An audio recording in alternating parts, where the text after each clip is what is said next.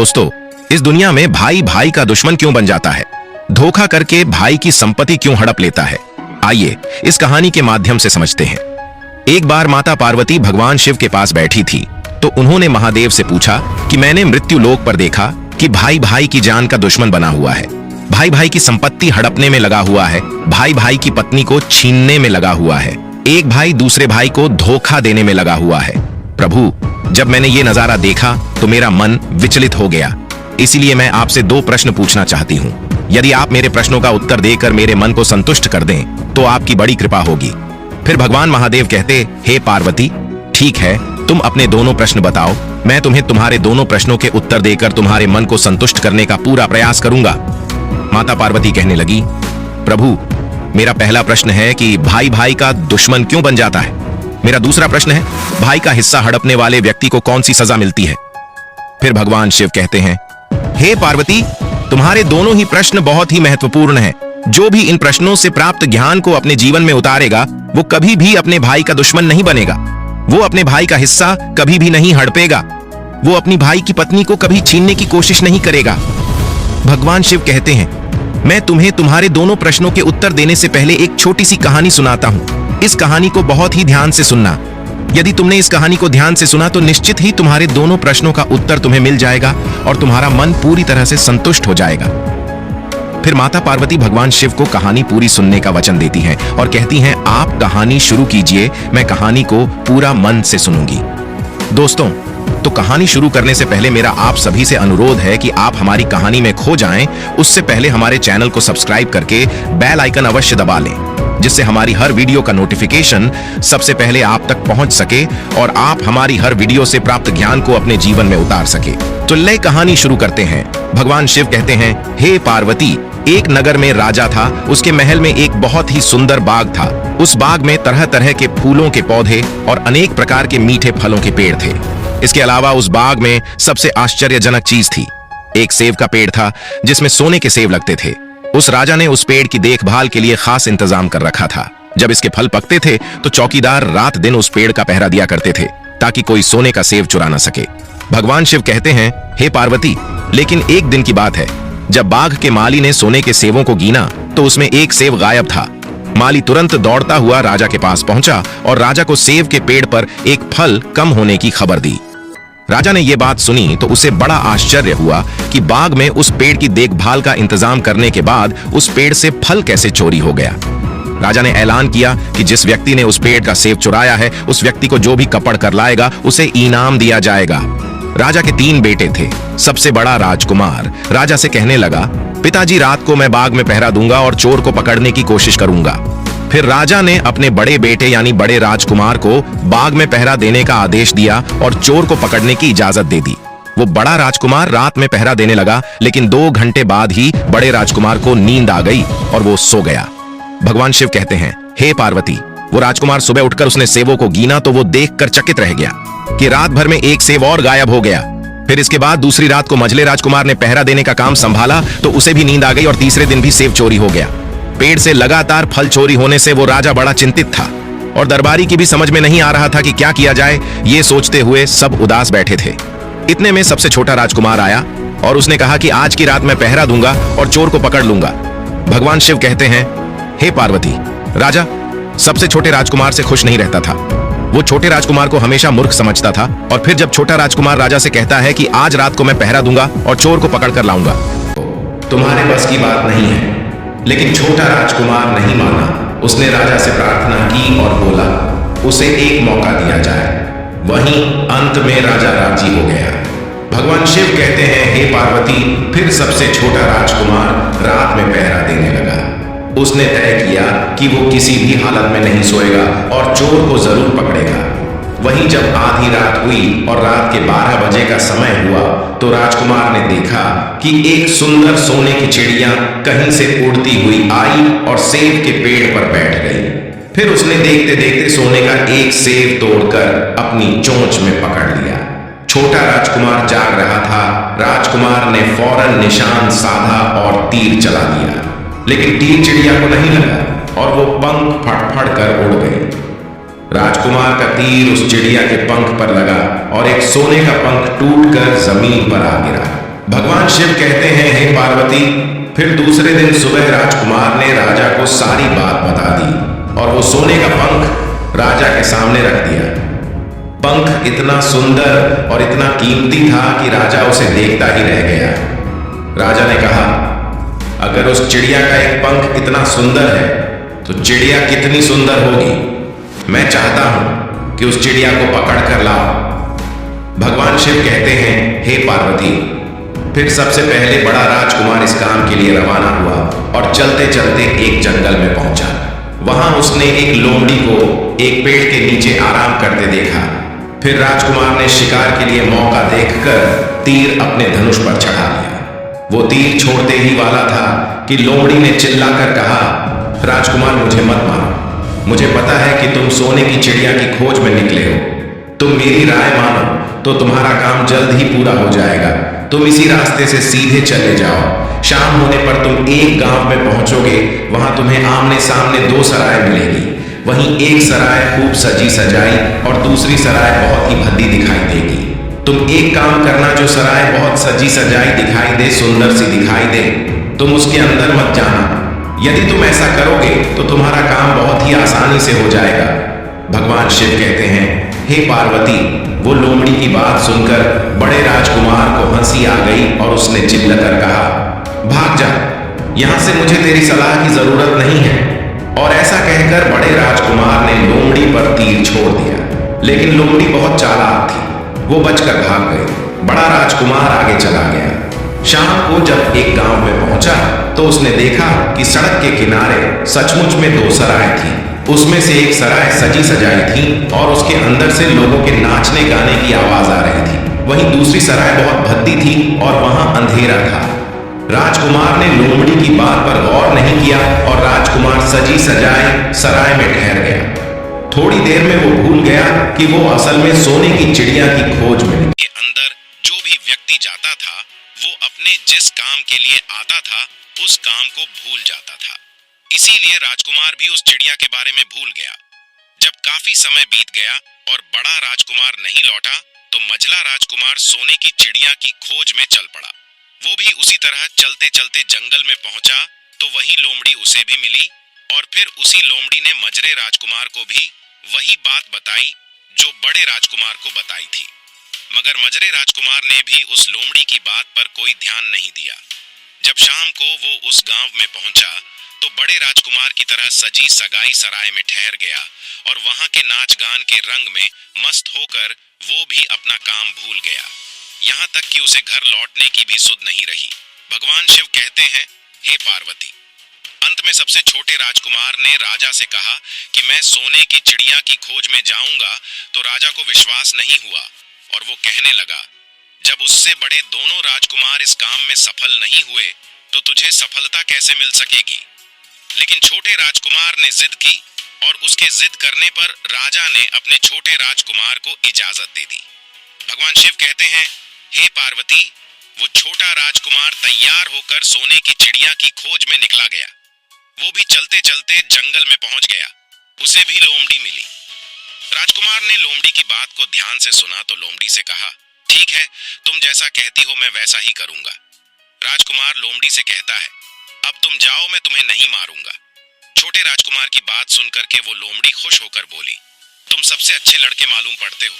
तुमने मेरी बात का मजाक नहीं बनाया और मुझ पर तीर नहीं चलाया। मैं तुमसे बहुत खुश हूं और मैं तुम्हारी मदद करूंगी। तुम एक काम करो, आओ तुम मेरी पूंछ पर बैठ जाओ। मैं तुम्हें उस सराय तक पहुंचा देता हूं जिस सराय में तुम्हें रुकना है और वहां से तुम्हारा काम बहुत ही आसान हो जाएगा।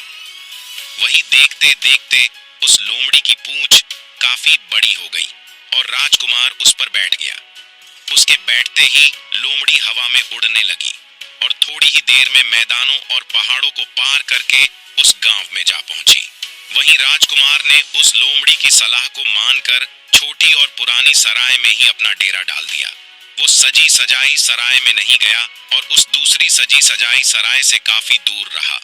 भगवान शिव कहते हैं, हे पार्वती, फिर दूसरे दिन सुबह उठ करके जब वो आगे बढ़ा तो कुछ दूर चलने पर उसे वो लोमड़ी फिर से रास्ते में मिल गई। लोमड़ी ने उससे कहा, अब मैं तुम्हें बताती हूँ कि आगे तुम्हें क्या करना है। लोमड़ी ने कहा, तुम सीधे चलो, आगे चलने पर तुम्हें एक बहुत बड़ा किला मिलेगा जिस पर सिपाही पहरा देते होंगे। तुम सिपाहियों से डरना नहीं और सीधे अंदर चले जाना, क्योंकि उस समय वो सिपाही सो रहे होंगे। और तुम बेधड़क होकर किले में घुसते जाना और उनके कमरों को पार करते हुए उस जगह पर पहुंच जाना जहां लकड़ी के एक मामूली पिंजरे में सोने की चिड़िया बंद होगी। और वहां पर पहुंच करके तुम चिड़िया को पिंजरे से सहित उठाकर किले से बाहर ले आना। लेकिन एक बात याद रखना, चिड़िया के पिंजरे के पास ही एक बहुत सुंदर सा सोने का पिंजरा भी तुम्हें दिखाई देगा। तुम भूल कर भी उस सोने की चिड़िया को उस सोने के पिंजरे में मत रखना। तुम उसमें रखने की कोशिश करोगे तो बाद में पछताओगे। और फिर ऐसा कहकर लोमड़ी ने राजकुमार को फिर से अपनी पूंछ पर बिठाया और थोड़ी ही देर में उस किले के पास पहुंचा दिया। भगवान शिव कहते हैं, हे पार्वती, अब राजकुमार ने किले के पास जाकर देखा कि सचमुच उसके पहरेदार सो रहे थे। और फिर छोटा राजकुमार बिना डरे हुए सीधा महल में घुस गया और थोड़ी ही देर के बाद उस कमरे में जा पहुंचा जहां सोने की चिड़िया एक पिंजरे में बैठी हुई थी। उस पिंजरे के पास ही सोने के 3 सेव पड़े हुए थे। फिर तो उन तीनों सेवों को देखकर राजकुमार ने फौरन पहचान लिया कि ये तीनों सोने के सेब उसके पिता के बाग के ही हैं। वहीं सोने की चिड़िया इतनी सुंदर थी कि राजकुमार उस चिड़िया को देखता ही रह गया और वो उस चिड़िया को उठाकर लाने ही वाला था कि उसकी नजर पास ही पड़े एक सुंदर से पिंजरे पर पड़ गई। वो पिंजरा बहुत ही सुंदर था और उसमें तरह तरह के कीमती पत्थर चढ़े हुए थे। और फिर उस सुंदर सोने के पिंजरे को देखकर छोटे राजकुमार के मन में लालच आ गया और उसने सोने की चिड़िया के लिए वही पिंजरा ठीक समझा। और राजकुमार लोमड़ी की बात को भूल गया कि उसने सोने के पिंजरे को छूने के लिए मना किया था। मगर राजकुमार लोमड़ी की बात भूलकर और उसने सोने की चिड़िया को लकड़ी के पिंजरे से निकालकर उस सोने के पिंजरे में बंद कर दिया। लेकिन नए पिंजरे में आते ही वो सोने की चिड़िया जोर जोर से शोर मचाने लगी और राजकुमार पिंजरे को उठाकर कमरे से बाहर भी नहीं निकल पाया था, क्योंकि चिड़िया के शोर मचाने पर उसकी आवाज से सिपाही कमरे में पहुंच गए और उन्होंने राजकुमार को पकड़ लिया। भगवान शिव कहते हैं, हे पार्वती, फिर राजकुमार को अपनी भूल का पता चला।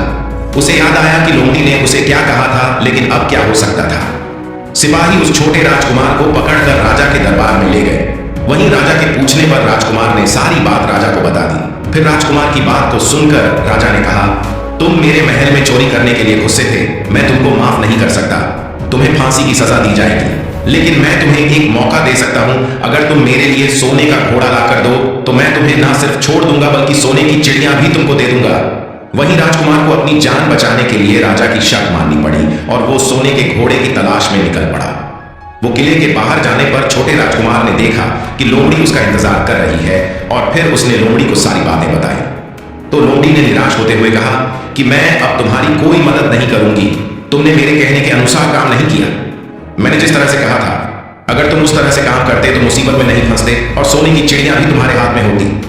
भगवान शिव कहते हैं, हे पार्वती, वो राजकुमार बोला, मुझे माफ कर दो, मुझसे गलती हो गई।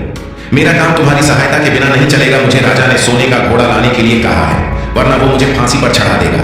वो राजकुमार की बात को सुनकर लोमड़ी ने कहा, खैर, मैं तुम्हें माफ कर दी हूं। अब तुम ऐसा करो, मेरी पूंछ पर बैठ जाओ। फिर लोमड़ी कहने लगी, चले चलो, कुछ दूर जाने पर तुम्हें एक दूसरा किला मिलेगा। इस किले की घुड़साल में तुम्हें सोने का घोड़ा बंधा हुआ मिलेगा। महल के नौकर चाकर सब सो रहे होंगे। तुम चुपचाप जाना और घोड़े को खोल लेना। लेकिन एक बात याद रखना, वहां घोड़े के पास में ही घोड़े पर कसने के लिए 2 चीड़ रखी होगी। उनमें से एक तो बहुत पुरानी चमड़े की चिड़ होगी और दूसरी सोने की चिड़ होगी। तुम सोने की चिड़ को छूना भी मत और उस घोड़े पर पुरानी चमड़े की चिड़ को कसकर सवार हो जाना और उसे दौड़ाते हुए किले से बाहर चले आना। वहीं लोमड़ी की बात सुनकर छोटे राजकुमार ने वादा किया कि वो ठीक वैसा ही करेगा। और फिर लोमड़ी ने उस छोटे राजकुमार को अपनी पूंछ पर बैठाया और कुछ ही देर में उस किले के पास पहुंचा दिया। वहीं किले के पास पहुंचते ही लोमड़ी ने राजकुमार को उतारा और फिर वहां से चली गई। राजकुमार सीधा फटाक से किले में घुस गया। अंदर जाकर उसने देखा कि वहां के सभी नौकर चाकर सोए हुए थे और फिर थोड़ी ही देर में वो किले की घुड़साल में पहुंच गया। राजकुमार ने पास जाकर देखा तो वो घोड़ा सचमुच सोने का था। ऐसा सुंदर घोड़ा उसने सपने में भी नहीं देखा था। राजकुमार ने आगे बढ़कर उस सोने के घोड़े को खोल लिया। जो वो बाहर निकलने लगा तो उसकी नजर एक कोने में पड़ी सोने की झिड़ पर पड़ी। वो झिड़ बहुत ही सुंदर थी, उसमें हीरे मोती जुड़े हुए थे। उसके पास ही एक फटी पुरानी चमड़े की झिड़ पड़ी हुई थी। वो राजकुमार सोचने लगा कि इतने सुंदर घोड़े पर ये पुराने चमड़े की झिड़ का आसना राजकुमार को शोभा नहीं देगा। और फिर ऐसा सोच करके वो राजकुमार सोने की झिड़ को उठा लेता है और घोड़े पर कसना शुरू कर देता है। फिर जैसे ही घोड़े की पीठ पर वो सोने की झिन को कसता है, वैसे ही घोड़ा जोर जोर से हिनाने लगा और किले के नौकर चाकर जाग जाते हैं। वहीं थोड़ी ही देर में राजकुमार को पकड़ लिया जाता है। भगवान शिव कहते हैं, हे पार्वती। राजकुमार को सिपाहियों ने हाथ बांधकर अपने राजा के सामने पेश किया। राजकुमार की सारी बातें राजा ने सुनकर कहा, तुमने मेरे घोड़े को चुराने की कोशिश की है, इसलिए तुम्हें फांसी की सजा दी जाएगी। लेकिन अगर तुम मेरा एक काम कर दो तो मैं तुम्हें छोड़ सकता हूं। फिर राजकुमार ने कहा, आप महाराज बताओ, मैं आपका हर काम करने को तैयार हूं। तो राजा ने कहा, यहां से कुछ ही दूरी पर एक महल है, उसमें बहुत सुंदर राजकुमारी रहती है। अगर तुम अपनी जान बचाना चाहते हो तो उस राजकुमारी को मेरे पास लेकर आओ। यदि तुम ऐसा कर दोगे तो मैं तुम्हें इनाम में ये सोने का घोड़ा दे दूंगा। भगवान शिव कहते हैं, हे पार्वती, बेचारा राजकुमार वो फिर से एक नई मुसीबत में फंस गया। उसे मजबूर होकर राजा की शर्त माननी पड़ी। अब वो सोने के महल की खोज में निकला पड़ा। कुछ दूर चलने पर उसे वो लोमड़ी फिर मिल गई। पता नहीं उस लोमड़ी को सारी बातें कैसे मालूम हो गई थीं और वो कहने लगी, देखा तुमने, इस बार भी मेरी बात नहीं मानी। मेरी बात मान जाते तो इस नई मुसीबत में नहीं फंसते। खैर, मुझे तुम पर दया आ रही है, मैं तुम्हारी मदद फिर करूंगी।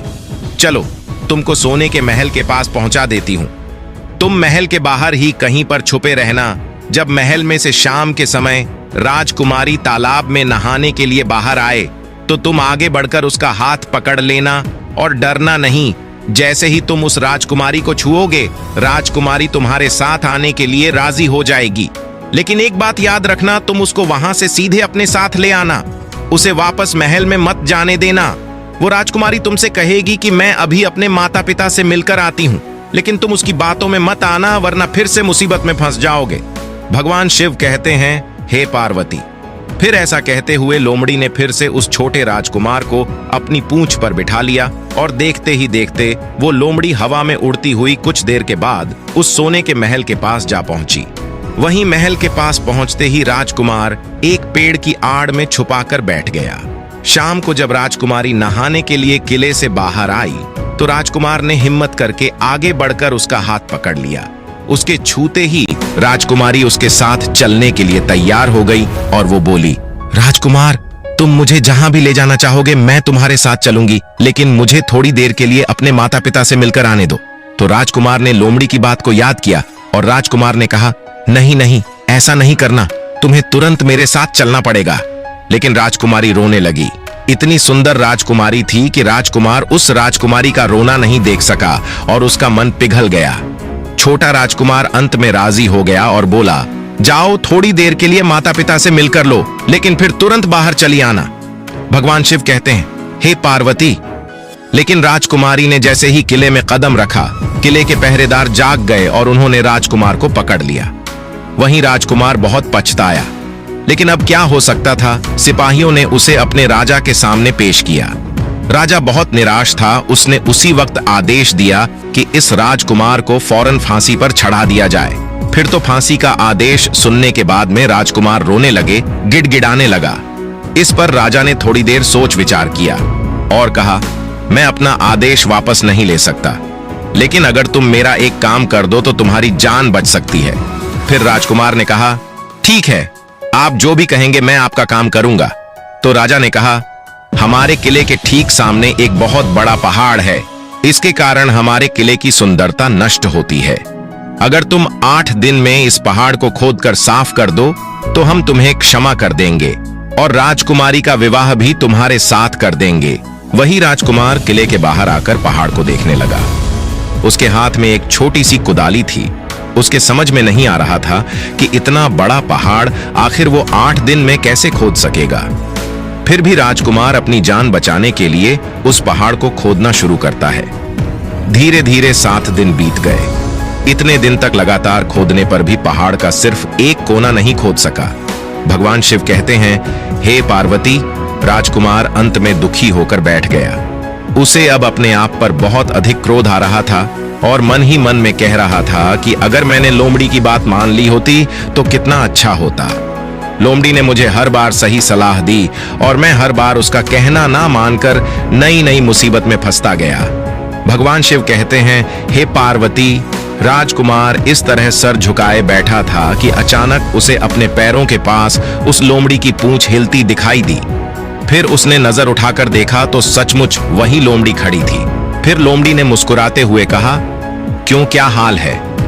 इस बार तो तुम्हारी मदद करने की मेरी जरा भी इच्छा नहीं थी, लेकिन मैं 7 दिन से तुमको पहाड़ खोदते हुए देख रही हूं। मुझे तुम पर दया आ गई और मैं तुम्हारी मदद के लिए चली आई। जाओ, तुम बहुत थक गए हो, सो जाओ। मैं थोड़ी ही देर में तुम्हारा काम पूरा कर दूंगी। और फिर इस बार राजकुमार ने तय कर लिया था कि अब वो लोमड़ी जैसा कहेगी वो वैसा ही करेगा। और फिर चुपचाप उठ करके वो राजकुमार एक तरफ सोने के लिए चला गया। वहीं थोड़ी ही देर में राजकुमार को नींद आ गई और सुबह जब वो सो करके उठा तो उसे अपनी आंखों पर विश्वास नहीं हो रहा था। वहां कहीं भी पहाड़ का नामो निशान नहीं था और महल का सुंदर दृश्य दिखाई दे रहा था। फिर तो राजकुमार सीधा राजा के पास पहुंचा। राजा उसके काम से बहुत खुश था। उसने तुरंत ही अपने वादे के अनुसार राजकुमारी के साथ उसका विवाह कर दिया।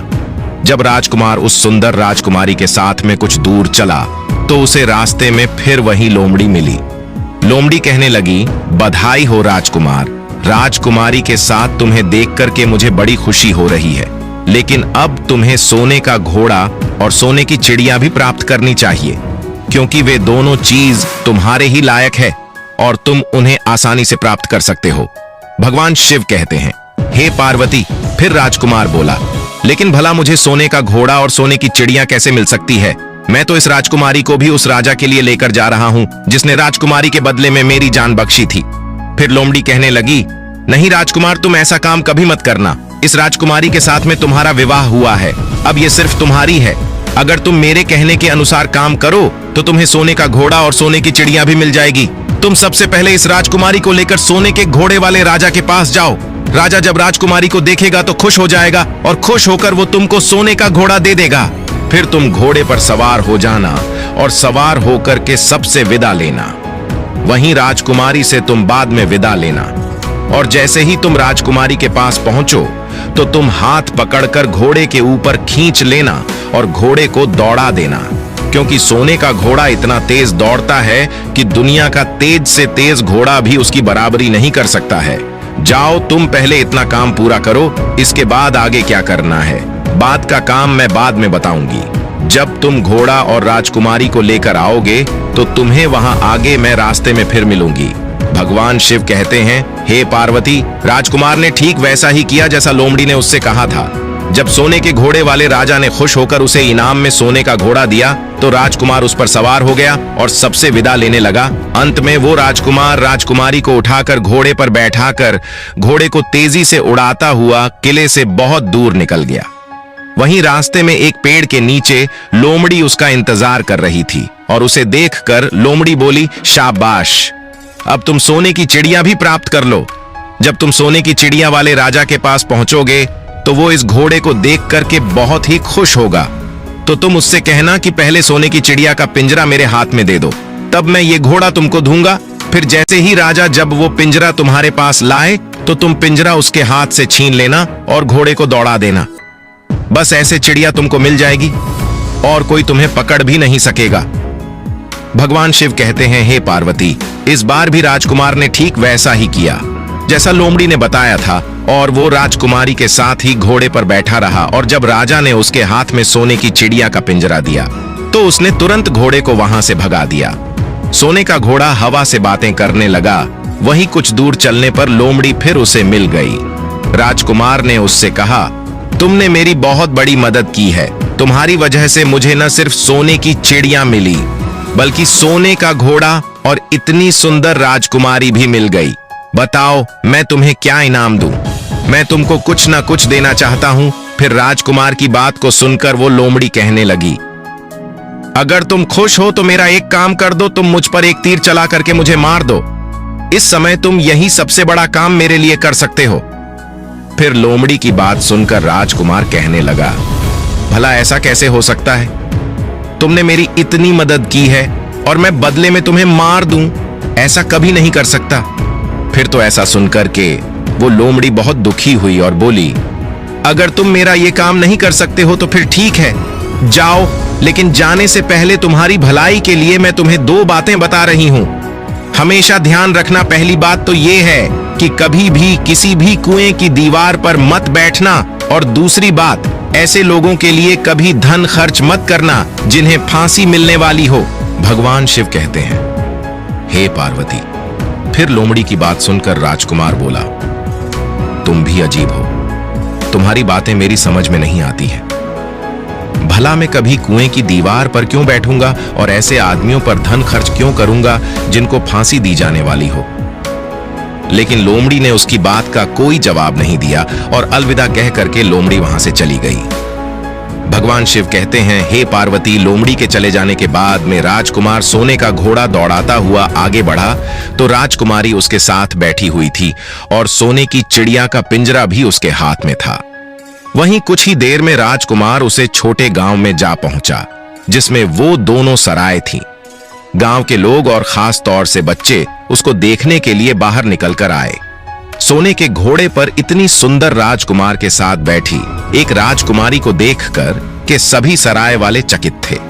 इतने में ही राजकुमार ने देखा कि गांव के बगीचे में एक जगह बहुत से लोग जमा हैं और कुछ शोर हो रहा है।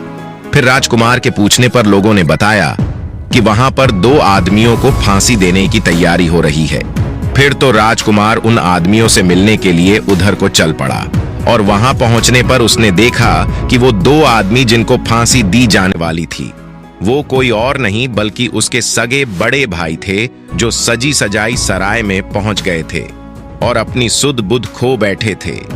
वहीं तरह तरह के बुरे काम करते थे और जुआ खेलते थे और जुए में बहुत सारा धन हार चुके थे। उन्होंने लोगों से बहुत सारा रुपए उधार ले लिया था और इन्हीं सब बातों से चीड़ करके गांव वाले उन दोनों बड़े राजकुमारों को फांसी पर चढ़ाने जा रहे थे। भगवान शिव कहते हैं, हे पार्वती भाई, आखिरकार भाई होता है। छोटा राजकुमार ऐसा कैसे होने देता। उसने अपने बड़े भाइयों को बचाने के लिए वहां के लोगों से कहा, मुझसे रुपया ले लो और तुम इन लोगों को छोड़ दो। और फिर उसके बहुत विनती करने पर वहां के लोग राजी हो गए और उन्होंने उन दोनों आदमियों को रिहा कर दिया। वहीं राजकुमार अपने भाइयों को छुड़ाकर अपने महल की तरफ चल दिया। आगे कुछ दूर चलने पर जंगल में एक कुआं दिखाई दिया। फिर राजकुमार कुछ सोचकर राजकुमारी से कहता है, हम कुछ देर के लिए इस कुएं के पास आराम करते हैं और यहाँ पर ठंडा पानी पीने के बाद हम यहाँ से आगे के लिए प्रस्थान करेंगे। राजकुमार की बात सुनकर राजकुमारी मान गई। इधर राजकुमार लोमड़ी की दोनों बातों को भूल चुका था, जो कि लोमड़ी ने विदा के समय कहा था कि कभी भी घोड़े से उतरकर कुएं की दीवार पर मत बैठना और कभी भी ऐसे आदमियों की मदद मत करना जिनको फांसी लगने वाली हो। वही जैसे ही छोटा राजकुमार राजकुमारी के साथ में उस कुएं के किनारे पर बैठा, तब तक उसके दोनों बड़े भाई आ गए। वो उससे जलने लगे। इसको तो सुंदर राजकुमारी मिल गई और इतना सारा धन भी मिल गया और पिताजी भी इसकी बुद्धिमानी की प्रशंसा करेंगे, इसकी घर में इज्जत बढ़ जाएगी। कल तक पिताजी इसे मूर्ख समझते थे, आज यही बुद्धिमान माना जाएगा। इसलिए दोनों भाइयों ने सलाह करके और मौका देखकर अपने छोटे भाई छोटे राजकुमार को कुएं में धकेल दिया और उसके बाद सोने का घोड़ा लेकर घोड़े पर राजकुमारी को बिठाकर सोने की चिड़िया का पिंजरा उठाकर वहां से चलते बने। और फिर इस प्रकार धन और राजकुमारी के लालच में बड़े दोनों भाइयों ने छोटे भाई को मौत के मुंह में धकेल दिया। फिर कुछ ही देर में दोनों बड़े राजकुमार अपने राज्य में लौट आए। घर लौटकर राजा से कहा, हम सोने की चिड़िया को पकड़ कर लाए हैं। इसी चिड़िया ने हमारे बाग से सोने के सेब चुराए थे। हम ये सोने का घुड्डा और ये राजकुमारी लाए हैं। ये सब देखकर राजा बहुत खुश हुआ। सारे राज्य में वहां के लोग खुशियां मनाने लगे। वहीं राजकुमारी खुश नहीं थी, वो रो रही थी। उसने खाना पीना भी छोड़ दिया। वहीं घोड़े ने भी खाना बंद कर दिया और चिड़िया ने भी दाना पानी बंद कर दिया। राजा ने बहुत कोशिश की, लेकिन न तो राजकुमारी खुश हुई और ना ही सोने का घोड़े और ना खाना शुरू किया। भगवान शिव कहते हैं,